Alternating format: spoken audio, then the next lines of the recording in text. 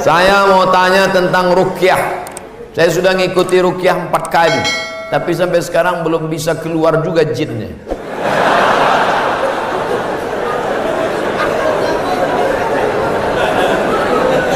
Nanti pergi ke Pekanbaru, mana tahu hari libur, di belakang Hotel Premier ada Masjid Al-Falah.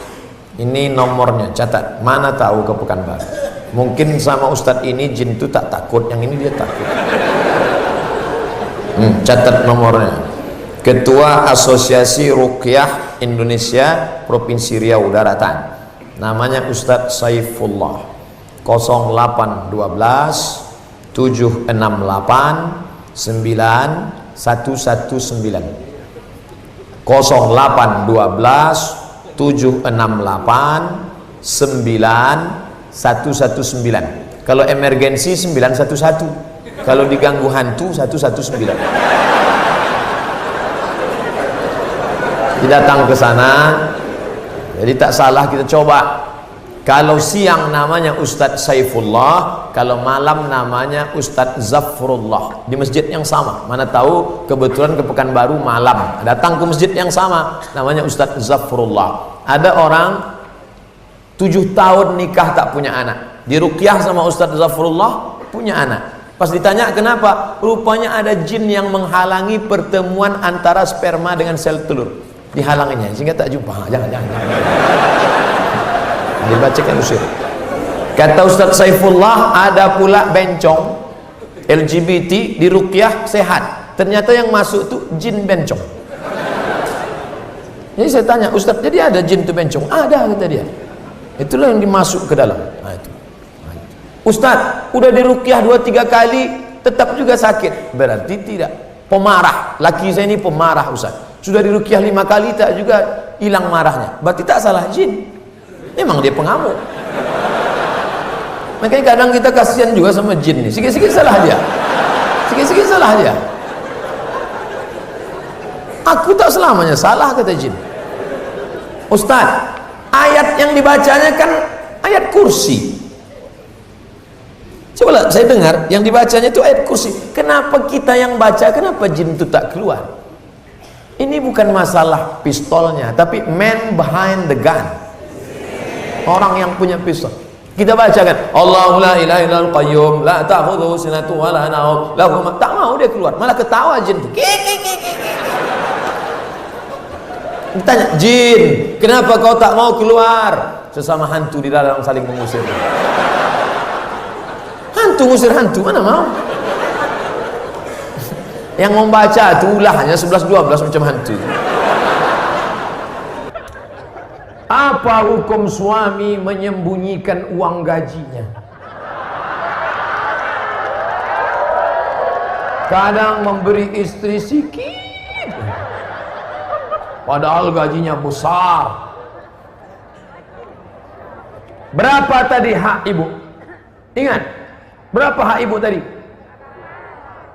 Makan, pakai, tempat tinggal, pendidikan, perhatian. Kalau kurang, maka laki-laki ini dituntut di hadapan Allah Subhanahu wa taala. Hai laki-laki yang gajinya banyak tapi mengasihi bini sikit, maka ingat 5 ini mesti kau tunaikan.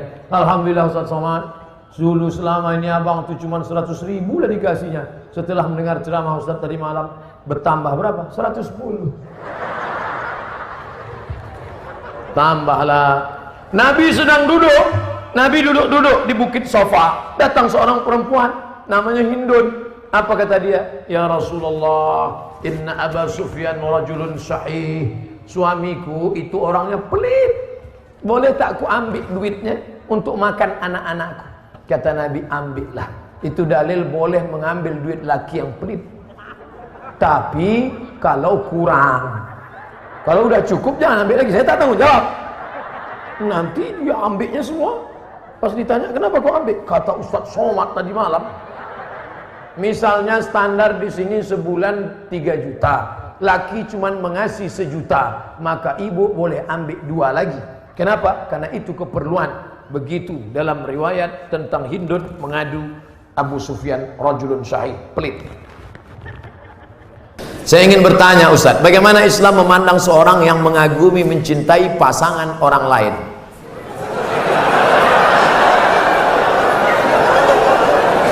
Bagaimana pula jika orang itu memiliki perasaan yang sama dengan kita?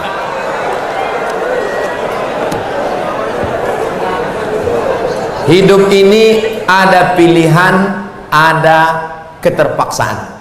Hidup ini ada pilihan, ada keterpaksaan. Saya mau ceramah antara duduk dan berdiri. Pilihan atau keterpaksaan? Pilihan. Ustadz mau duduk atau berdiri? Saya pilih berdiri. Kenapa Ustadz pilih berdiri? Menunjukkan bahwa saya masih muda, masih sehat. Antara minum atau tidak minum, pilihan atau keterpaksaan? Pilihan. Minum atau tidak, terserah saya. Mau saya minum, mau tidak, itu pilihan saya. Nah, masalah cinta. Cinta itu pilihan atau keterpaksaan? Cinta tidak pilihan. Cinta adalah keterpaksaan. Oleh sebab itu maka kadang kita tengok orang ganteng bininya buruk. Kenapa? Terpaksa. Cinta tak bisa memilih. Ketika dia rasional, dia tidak cinta. Maka ketika kita senang dengan orang, kadang kita pun tak tahu alasannya. Kenapa kita tiba-tiba senang dengan orang? Nah, cinta tidak bisa memilih. Ketika kita suka dengan orang, apakah kita berdosa? Tidak. Karena rasa itu ada tumbuh di dalam. Suka tidak berdosa. Ketika dia berubah menjadi action, baru berdosa. Suka kita dengan orang, tak dosa. Tapi ketika kita dekati, minta nomor HP-nya, baru dosa. Lalu cinta itu apa? Cinta kepada anak gadis orang belum menikah, kita bisa nikahi dia. Yang jadi masalah bagaimana kalau cinta sama bini orang? Oleh sebab itu maka rasa itu mesti dibuang, karena dia adalah bagian dari ujian. Ujian. Jangan dipeturutkan. Dipeturutkan, didekati, apalagi sekantor. Witing trisno jalaran suko kulino. Kita tumbuh hanya sering kena. Berawal dari 6. Pertama, nazratun, pandangan. Setelah lama memandang, fabtisamun, senyum. Setelah senyum, fasalamun, selamat pagi, good morning. Setelah salam, fakalamun, kerja di mana? Di BP, sekantor ya. Setelah fakalamun, famau'idun, janjian. Bisa ketemu kita nanti siang? Oke. Sukanya makan apa? Ayam panggang. Sana kalau gitu, iya. Faliqaun, pertemuan. Setelah pertemuan, bekerjalah setan, lalu kemudian makan bersama, makan siang. Apa kata orang Inggris? No free lunch. Tak ada makan siang yang gratis. Akhirnya terjadilah apa yang terjadi. Maka kalau ada bibit-bibit itu terasa di dalam, tekanlah dia, jangan lagi pandang, jangan dipeturutkan. Itulah nilai jihad. Bukan jihad berdarah-darah melawan Belanda, tapi jihad hawa nafsu yang justru jauh lebih besar. Melawan meriam Belanda banyak orang tahan, meriam Belina apa ya? Bagaimana hukum kita sholat berjamaah di suatu lapangan, terus sopnya putus-putus? Mohon penjelasannya Pak Ustaz. Sawus sufuf, luruskan sop. Fa inna taswiyatas sufu min tamamis sholah. Lurusnya sop bagian dari kesempurnaan. Sholatnya sah, tapi kurang sempurna. Sholat tadi berjamaah di sini sah, tapi kalau putus-putus kurang sempurna. Imam, luruskan dulu, tengok. Saya sholat di Masjid Istiqomah di Bengkalis. Apa kata imam? Luruskan shaf, matikan HP.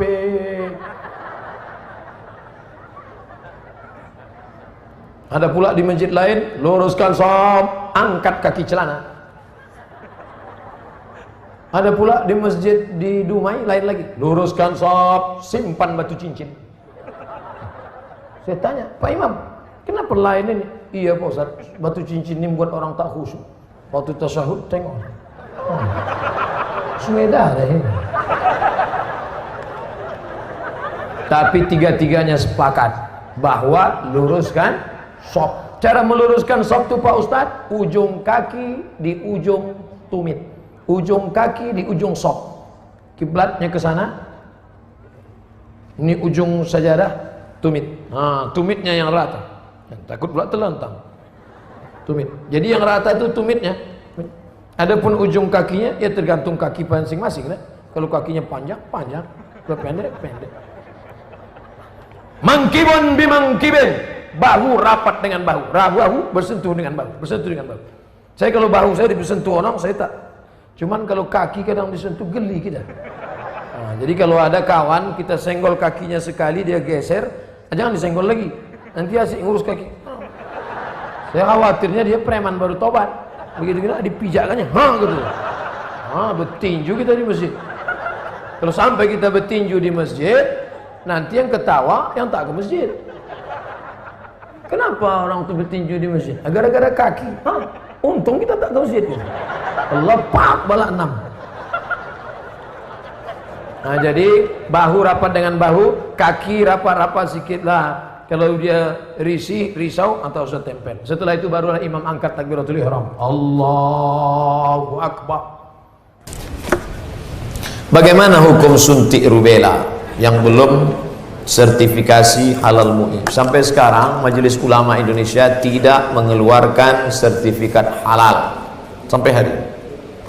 Itu yang disampaikan oleh Sekjen MUI, Wakasekjen MUI, Kiai Haji Dr. Kiai Tengku Zulkarnain. Oleh sebab itu kalau ada yang memakai itu alasannya karena darurat. Karena kata dia kalau tidak disuntikkan ini anaknya sakit, cacat, mati. Kita kalau dipilih antara dua, mati atau makan babi, pilih mana? Makan babi. Tak boleh pilih mati. Masuk ke dalam hutan, pilihan cuma dua, mati sama makan babi. Kau pilih mati atau makan babi? Aku mati aja lah, tak boleh. Mesti makan babi. Ambil kecap, colek-colek babi itu.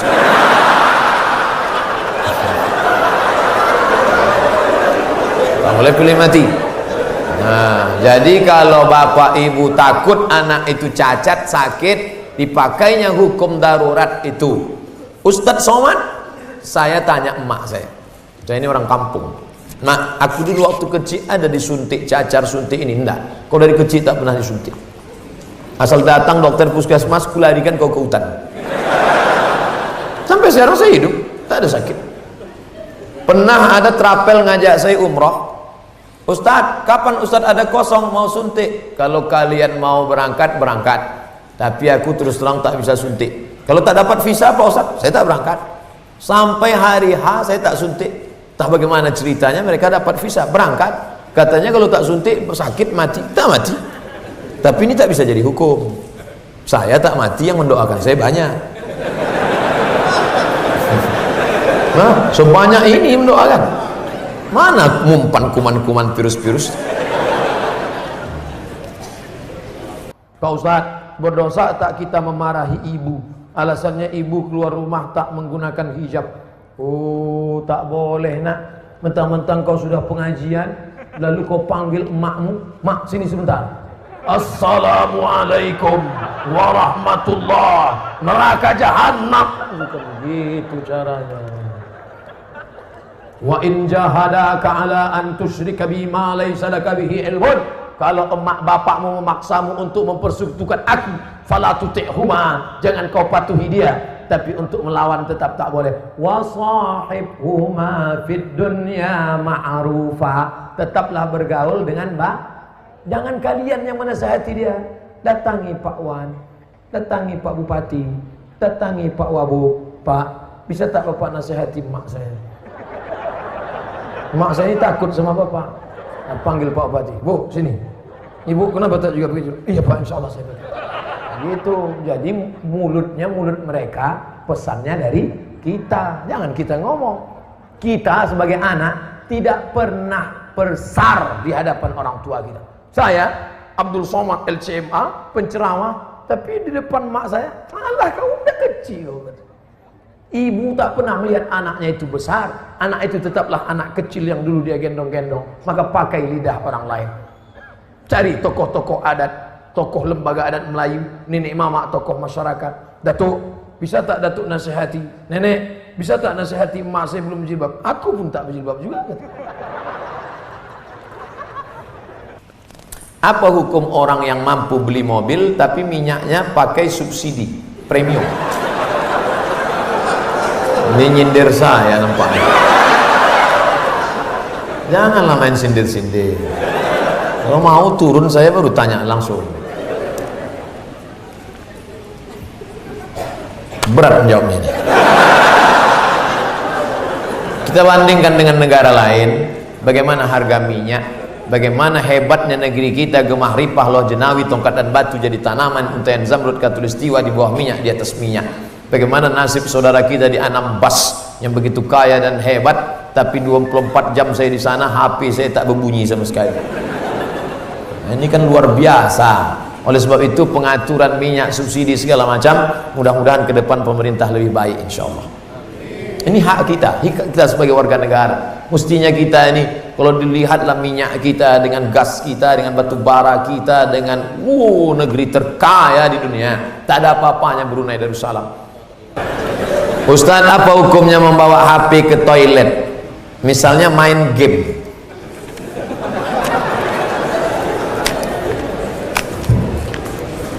Ada orang buang air besar sambil main game.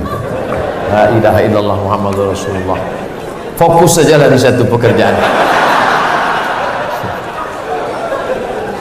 Tak usah lain-lain. Pak Ustadz, saya mau nanya, apakah orang yang bertato itu tidak diterima sholatnya?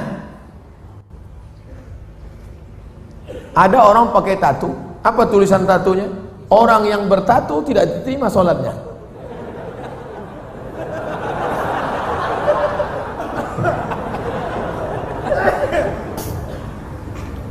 Tato adalah kahal.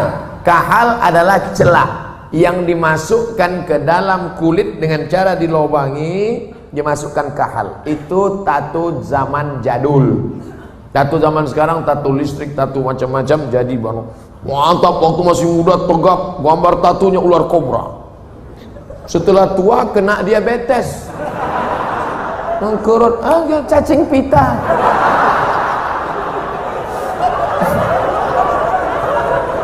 Sebelah kanan gambar burung gagak yang sedang ingin terbang menangkap serigala.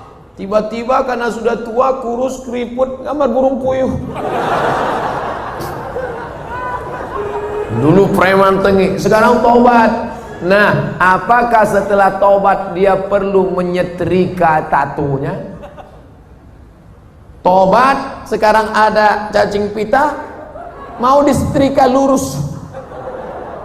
Maka saudara-saudaraku yang sudah bertato tidak perlu menyetrika tatonya, wuduknya sah, air wuduknya masuk, sudah dikaji oleh para ulama, tidak perlu membuang tatonya. Hanya saja kalian yang dulu mantan-mantan petato perlu membuat komunitas tato tobat, KTT. Disangka orang konferensi tingkat tinggi, ternyata komunitas tato tobat. Yang nggak punya tato nggak boleh masuk. Ada yang tatonya seperti Yakuza, ada bertato semua, ada sebelah mukanya tato semua isi. Tiba-tiba ada satu pesertanya nggak punya tato. Loh, sampai nggak ada tato kok bisa ikut? Ternyata tatonya cuma satu tai lalat. Dulu pengen jadi Rano Karno, nggak jadi. Dulu sama-sama dulu kan ada anak-anak muda ingin jadi Rano Karno, disuntik, ambil jarum, tusuk, kasih spidol. Ustaz kok tahu? Saya dulu nyoba juga. Nggak jadi. Nah, bagi yang belum punya tato jangan buat tato. 5. La'anallahul wasimat, Allah melaknat yang tukang buat tato. Wal mutasimat, minta buatkan tato.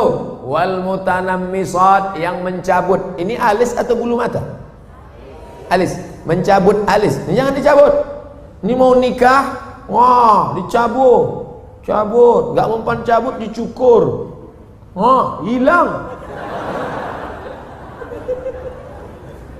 Tukang buat tato, minta buatkan tato, mencabut bulu mata, alis mata. Wal mutafallijat, mengotak-atik gigi sudah bagus diotak-atik, kecuali giginya memang nggak wajar. Setiap melihat dia senyum pingsan 3 orang. Hai, pingsan. Itu boleh pakai kawat. Dulu seingat saja kawat itu kan untuk pagar, sekarang gigi pakai kawat.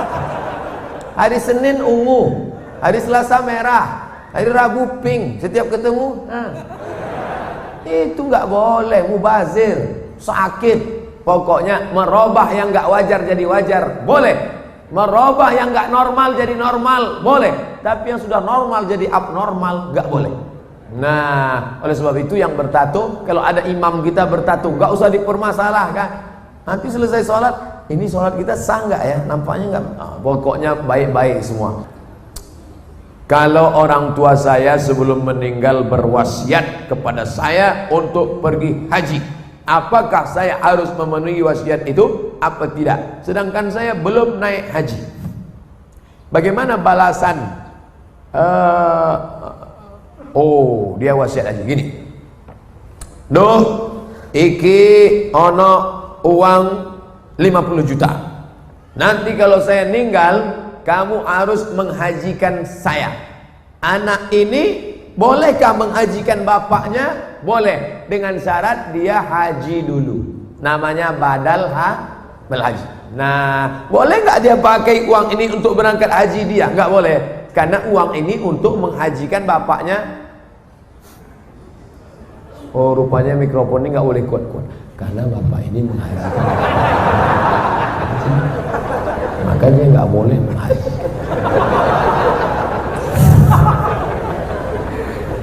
Jadi dia harus haji dulu, baru dia bisa menghajikan bapaknya. Dalilnya mana? Labbaik Allahumma subruma, labbaik Allahumma subruma. Aku menghajikan subruma, aku menghajikan subruma. Sampean kenes dulu. Come here for a moment. Sini sebentar. Kamu tadi menghajikan siapa? Menghajikan Subruma. Subruma itu siapa? Sedulurku. Aku menghajikan Subruma. Sampean wis haji apa ora? Urung.